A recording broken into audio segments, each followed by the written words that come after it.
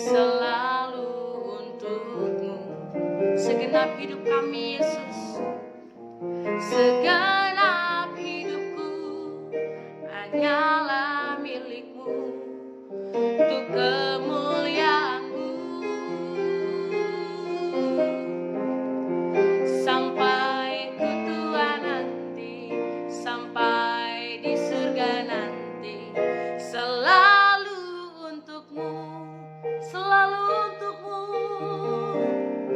selalu untukmu, selalu untukmu, Tuhan dan Rajaku. Semua yang ku perbuat Yesus, semua yang ku perbuat, baik siang dan malam, selalu untukmu. Segenap hidupku, segenap hidupku hanyalah milikmu, untuk kemuliaan-Mu.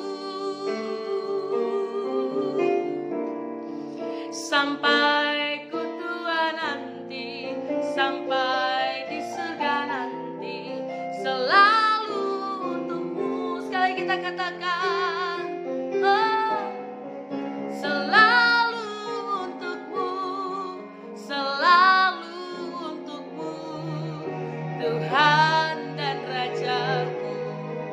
Semua yang kami perbuat Tuhan Yesus, semua yang ku perbuat, baik siang dan malam, selalu untukmu.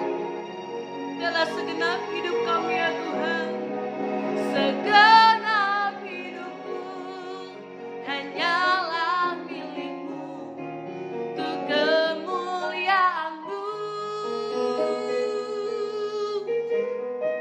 Sampai ku tua nanti, sampai di surga nanti, selalu untukmu. Sampai ku tua nanti Tuhan, sampai ku tua nanti, sampai di surga nanti, selalu untukmu. Sampai seumur hidup kami mau terus mengiring-Mu ya Tuhan Yesus. Dalam pujian ini menjadi kerinduan hati kami ya Tuhan Yesus, untuk selalu mengiring-Mu ya Bapa. Ajar kami ya Tuhan untuk mengenal-Mu lebih dalam melalui renungan hari ini ya Tuhan Yesus. Berbicara atas setiap kami, ajar kami mengerti. Hanya di dalam nama Tuhan Yesus kami berdoa dan mengucap syukur. Haleluya. Amin. Shalom Bapak Ibu Saudara-saudara sekalian. Kita berjumpa kembali hari ini di dalam renungan harian hari Senin tanggal 8 April 2024. Judul renungan kita adalah menghadapi penderitaan dengan tetap percaya. Diambil dari 1 Petrus pasal yang kelima ayat yang ke-9. Demikian firman Tuhan. Lawanlah dia dengan iman yang teguh, sebab kamu tahu bahwa semua saudaramu di seluruh dunia menanggung penderitaan yang sama. Bapak Ibu Saudara sekalian, masa gereja mula-mula adalah masa yang penuh pergumulan. Di tengah-tengah bangsa Yahudi, kekristenan saat itu dianggap sebuah sekte. Sedangkan di luar Yahudi, kekristenan dianggap sebuah kepercayaan yang aneh karena berisi tentang kebangkitan orang mati, yang umumnya mereka tidak bisa menerima bahwa ada kebangkitan orang mati. Apalagi pada daerah-daerah yang berada di bawah kekuasaan pemerintahan Romawi, di mana mereka menganggap kaisar sebagai dewa, maka menyembah Tuhan yang lain itu dianggap pemberontakan kepada pemerintah. Jadi kita sangat bisa mengerti alasan mengapa hampir semua rasul-rasul Kristus mati syahid. Meskipun Alkitab tidak menceritakan, tetapi kita mengetahui dari sejarah gereja.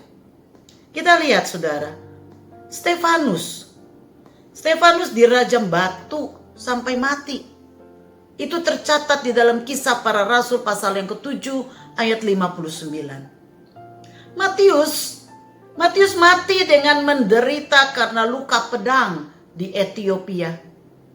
Markus mati di Alexandria setelah diseret oleh kuda sampai mati.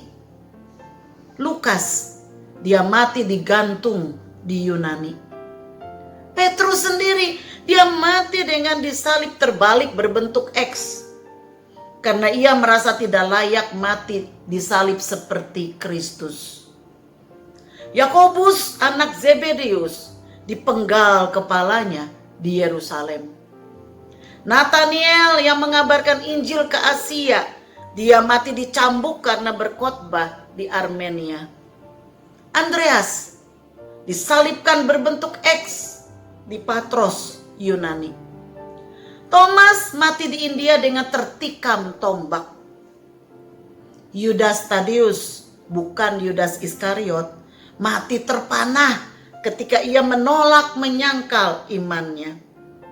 Matias, rasul yang dipilih menggantikan Yudas Iskariot, dia dirajam dan dipenggal. Paulus dipenggal oleh Kaisar Roma di tahun 67 Masehi setelah lama dipenjarakan. Yohanes adalah satu-satunya rasul yang tidak mati meskipun usaha kemartiran telah dialami pada saat dia direbus dalam baskom besar berisi minyak mendidih di Roma, tetapi secara ajaib dia selamat dan tetap hidup. Kemudian dia dibuang ke penjara di Pulau Patmos, di mana dia mendapat pewahyuan tentang akhir zaman sampai dia dibebaskan dan melayani sebagai uskup Edesa di Turki. Dia mati sebagai orang tua secara damai. Rasul-rasul tersebut di atas mati syahid karena pemberitaan mereka akan Injil dan dunia tidak bisa menerima kebenaran Kristus. Namun mereka dengan berani menghadapi kematian karena iman mereka yang begitu kuat kepada Kristus. Paulus justru di dalam penjara, dia menuliskan banyak surat penggembalaan kepada jemaat Tuhan di berbagai tempat. Andreas, ketika ia dibawa ke salib, para pengikutnya melaporkan bahwa ia memberi hormat dan berkata, "Saya sudah lama menginginkan dan mengharapkan saat yang membahagiakan ini. Salib telah dikuduskan oleh tubuh Kristus yang tergantung padanya." Selama 2 hari penderitaannya di salib, ia terus menginjil sampai dia tewas. Seorang petugas yang membawa Yakobus anak Zebedeus ke tempat eksekusi menyaksikan iman Yakobus. Dia menjadi bertobat dan percaya kepada Kristus dan memberi dirinya juga dipenggal sebagai orang Kristen. Mengapa mereka begitu rela mengorbankan nyawanya demi mempertahankan iman mereka kepada Kristus? Mengapa mereka tidak menyangkal saja nama Yesus agar tetap hidup? Inilah keyakinan iman dan kasih mereka kepada Kristus. Mereka dengan damai menghadapi mati syahid karena mereka telah mendapatkan sesuatu yang lebih berharga daripada hidup itu sendiri. Mereka telah memiliki harta abadi yang jauh lebih tinggi nilainya dari hidup mereka di dunia ini. Kalau mereka mempertahankan hidup yang paling lama hanya sampai 80 tahun saja, tetapi mereka akan kehilangan kehidupan kekal yang tidak terukur waktu lamanya bersama dengan Kristus dalam kemuliaan sorga. Paulus menuliskan dalam Roma 8 ayat 18, "Sebab aku yakin bahwa penderitaan zaman sekarang tidak dapat dibandingkan dengan kemuliaan yang dinyatakan kepada kita." Apa perenungan kita hari ini, saudara?